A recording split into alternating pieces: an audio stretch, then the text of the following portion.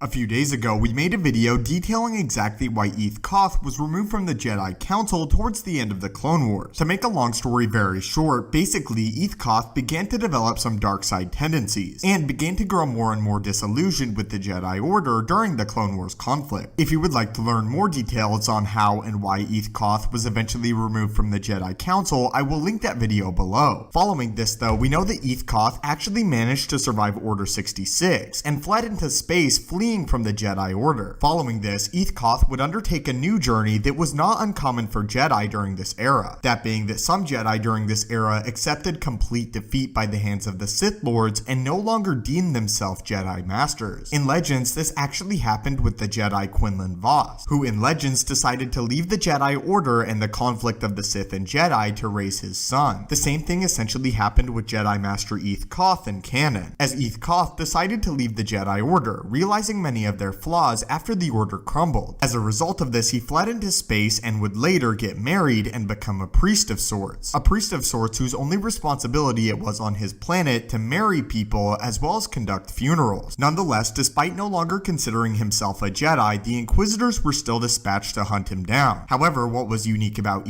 Koth is not only was he a Jedi Master, but a former Jedi Council member, esteeming him and setting him apart from the average Jedi Master, again, even the most skilled. It was because of this that the Inquisitors decided not to engage Koth personally, despite only seeing him conduct a humble lifestyle. Instead, they directly called their leader Darth Vader, Lord of the Sith, who ventured to the planet personally to kill the Jedi Master. Darth Vader eventually broke through the wall and home of the Jedi Master, discovering that his wife was giving birth to his child. In this moment, Koth pleads for mercy from Darth Vader, explaining that he had no love for the Jedi any longer, and again that they had even removed him from the Jedi Council. Koth begs for Darth Vader to let his child and his wife go. However, as is common for the Dark Lord, he refuses. In the process though, realizing that Koth has in fact somewhat turned to the dark side of the Force, mirroring the exact transformation that Vader had from Anakin Skywalker to Darth Vader, for the purpose of love and his children. As a last-ditch effort, Koth breaks a hole through his home and orders his wife and young child to flee, then calling upon his green lightsaber, which he has presumably not wielded for several years. Darth Vader and Koth then begin an epic lightsaber duel, with again